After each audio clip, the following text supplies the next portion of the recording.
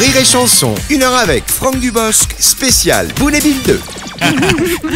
Alors si comme tous les chiens, Bill peut parfois avoir des puces ou des tiques, nous ce qu'on a à t'offrir, Franck, c'est un... Oh, il l'a fait. Oh non, il l'a fait. Non, c'est pas moi, c'est Mika qui écrit les textes, je l'avoue, je ne fais que Oh, relire. il l'a fait.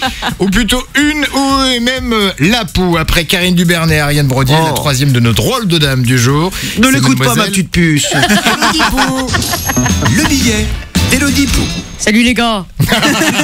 Franck Dubosc, bonjour. Je tiens à vous dire que je suis ravie que pour une fois ce soit vous qui m'écoutiez sur Rire et Chanson. Ça fait plaisir. Et puis je suis ravie parce que Boule et Bill, j'ai grandi avec. J'ai toutes les BD, j'adore depuis mon plus jeune âge. Ça fait un point commun avec vous puisque vous aussi je vous écoute et je vous adore depuis, oh là là, mon plus jeune âge. Alors Franck Dubosc, ce film dont vous venez faire la promo est bien sûr inspiré de la bande dessinée Boule et Bill. Alors une question que tout le monde se pose, surtout dans notre métier du show business. Vous, Francky, dans la vie de tous les jours, dans votre intimité personnelle, est-ce que vous êtes BD ? Moi, j'ai rien contre les BD. Chacun fait ce qu'il veut. Non, je suis pas vraiment, je suis pas très BD, mais je suis ouvert à tout, hein. Oui, bien sûr, il faut être ouvert. On peut tout à fait jouer dans des films de BD. Ici, en l'occurrence, un film de boules. C'est mieux qu'un film débile. Mais revenons vite à nos mammifères dont on tond la laine pour s'en faire des pulls parfois très moches. Et ce n'est pas Mika qui dira le contraire. C'est vrai. Tiens, prends ça, mais c'est ça vrai. t'apprendra. Ça change de Guillaume Pau. Exactement, il est pas là. Pour écrire cette chronique, je me suis fait une orgie de Franck Dubosc. J'en ai bouffé. J'ai pris 110 kilos. et récemment, j'ai regardé Les Têtes de l'Emploi. Très, très bon film. Je me suis bien marrée. La dernière fois que j'avais pris mon pied à ce point-là, c'était pour me couper les ongles. Alors, c'est vous dire. Non, c'est vrai, il est trop bien ce film. Il est très bien. Ça envoie du pâté. Enfin, ça envoie du tofu pour nos amis végétariens. Ou de la dinde pour nos amis musulmans. Et ça envoie tout court pour nos amis de Somalie. Ah, faites des dons. Faites des dons. Les Têtes de l'Emploi, c'est un film dans lequel vous sabordez votre propre agence Pôle Emploi. Vous faites exprès de mal travailler pour arriver à vos fins, ce qui est assez proche finalement du scénario de Boule et Bill, puisque dans le film vous jouez le père de Boule, comme vous l'avez dit tout à l'heure, qui est auteur de BD et qui, pour retrouver l'inspiration, est persuadé de devoir être malheureux et va donc tenter de ruiner sa propre vie. C'est une technique comme une autre que j'ai utilisée moi-même il y a 2 ans, quand j'ai voulu quitter mon emploi en école maternelle pour me lancer dans le One Woman Show et écrire ce formidable spectacle, Le Syndrome du Playmobil, en tournée dans toute la France et à Paris au Nez Rouge le 10 avril.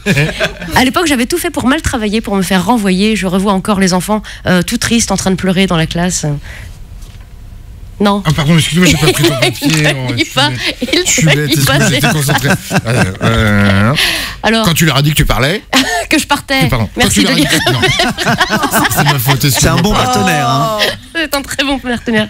Non, il pleurait pas quand je leur ai dit que je partais. Il pleurait tous les jours, quotidiennement, toute la journée, pour aucune raison particulière. Parce qu'attention, ça chiale pour n'importe quoi à cet âge-là, vers 3-4 ans. Vous direz pas le contraire, vous avez un spécimen à la maison. Il y en a un, une fois, il a chialé pendant une demi-heure parce qu'il voulait pas y aller. Où ça? Mais nulle part, justement, on allait nulle part. Et je lui ai dit, écoute, Marc Farid. Oui, parce que le gosse s'appelait Marc Farid. Ah, c'est bizarre quand même. Ah, la mixité. Ouais, non, alors c'est même pas de la mixité, c'est juste que quand le gosse est né, son papa est allé le déclarer à la mairie. Le papa parlait pas très bien français, la dame de la mairie était pas super sympa. Au bout d'un quart d'heure, il a craqué, il lui a dit allez, vas-y, Marc Farid. Voilà, il s'appelle Marc Farid. C'est dommage, c'est con, hein. Encore un qui trouvera jamais de petit bol breton avec son prénom marqué dessus, voilà. Comment t'as fait pour être viré? Eh ben, j'ai initié les enfants au cerf-volant. Ah, c'est bien, ça, c'est amusant. Hein. Ouais, enfin, quand il y a de l'orage, c'est beaucoup moins drôle. Mais la foudre est tombée. Les enfants ont fondu, ça a fait des petits blocs carrés de 30 par 30. Les parents gueulaient, oui, mon enfant. Je leur ai dit, attendez, vous savez combien de gens rêvent d'avoir un jour un coup de foudre? Puis les petits carrés comme ça pour le rangement, c'est quand même beaucoup plus pratique. Hein. Quoi qu'il en soit, je suis sûre qu'on passera un très bon moment devant Boule et Bill 2 pour la simple raison que dedans, il y a du bon, du beau et surtout du Bosc. Ah oui, bien. Elodie Pou. Avec le... Rire et chanson, 1 heure avec Franck Dubosc, spécial Boule et Bill 2.